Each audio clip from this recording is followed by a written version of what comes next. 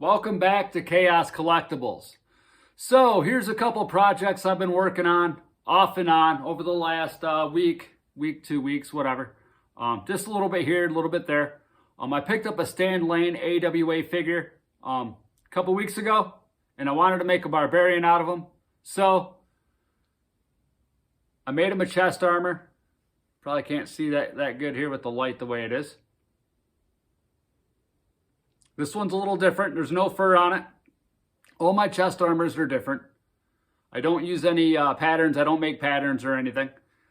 But this one actually has a strap that runs underneath this arm, as well as one that comes across from the side. And if I flip it around to the back, it's kind of how it all hooks together.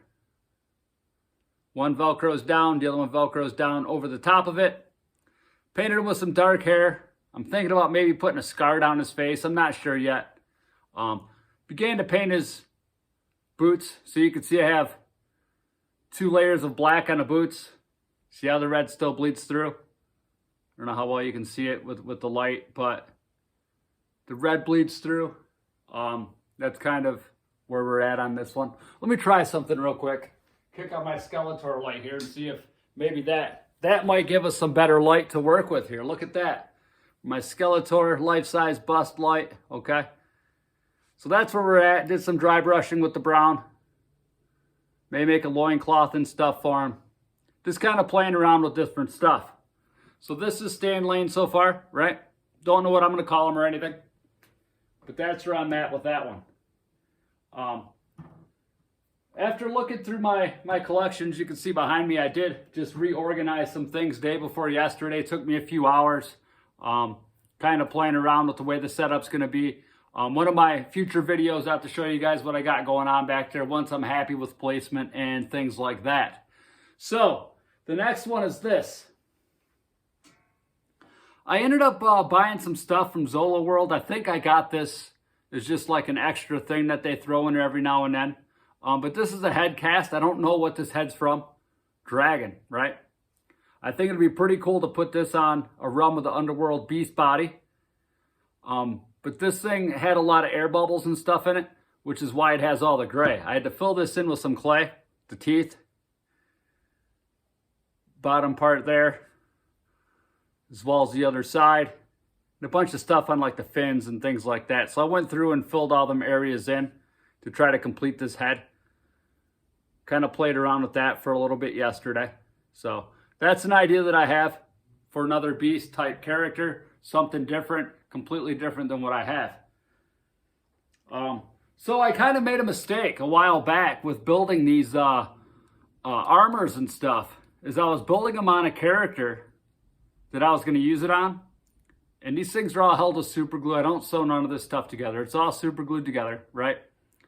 Well, I ended up fading one of the figures because the super glue had a chemical reaction with the plastic, right? Lesson learned when you do this stuff, right? It's all trial and error. So what I did is I have the body of the Pictish Scout that I did, right? Because I put his head on a different body because the legs were loose as shit, right? So these legs are like loose as hell. So this is the body that I now build all of my armors and stuff on. So that way if I glue things down, put it on the body, see, you can kind of see where I got some glue right there. That's okay. This is like my mannequin body for making custom stuff. So I got this idea. From the movie Conan the Barbarian, Thulsa Doom has these awesome like shoulder pauldrons that are like a snake face. And I use Sculpey. I don't use epoxy. And everything has their pros and cons, right? I use Sculpey. The downside is it stays pliable. It may harden just a little bit, but it stays pliable until you end up baking it, boiling it in water. You know, you got to heat this stuff up. With epoxy sculpt and things like that, the 2-part compounds, you mix them together and you have like an hour to work. Sometimes I'll just mess around with something for a few minutes. I'll walk away, leave it for a few days. That's why I like the Sculpey. But in the end, I got to boil it, bake it, you know, things like that. So I started messing around with the shoulder pauldron on this shoulder. I was pretty happy with the way it looked, right? But then came a problem. one, I'm not using this figure. So two, I had to try to tear this thing off without destroying it. So I ended up getting a safety pin, put it in there, kind of dug out around it, used my hand to try to straighten it out the best I could, okay? So this is what I came up with, right? It's probably hard to see the details in this, but that is a snakehead pauldron that I was going to put on the shoulder, right? But there is a downside to this. Shoulders are round. This thing got flattened out on top, right? I didn't round it out well enough after the fact.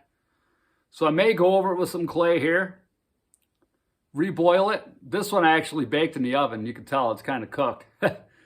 And then maybe grind it out a little bit. I mean, it does fit on a shoulder rather decent, you know, but not perfect. There's a gap there, whatever, you know.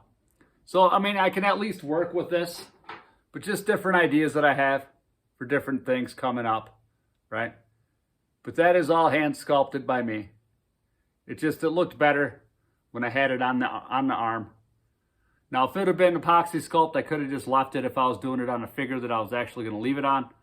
But as of right now, this is a removable piece of armor. I may attach it to a piece of armor later with some super glue or something, but just playing around with some stuff, seeing what I can come up with, you know, for future figures and whatnot, right? The gears are always turning, always coming up with ideas. Not saying I never get writer's block, because I do. But that's just something that I've come up with. And these are just a few things that I've been working on, okay?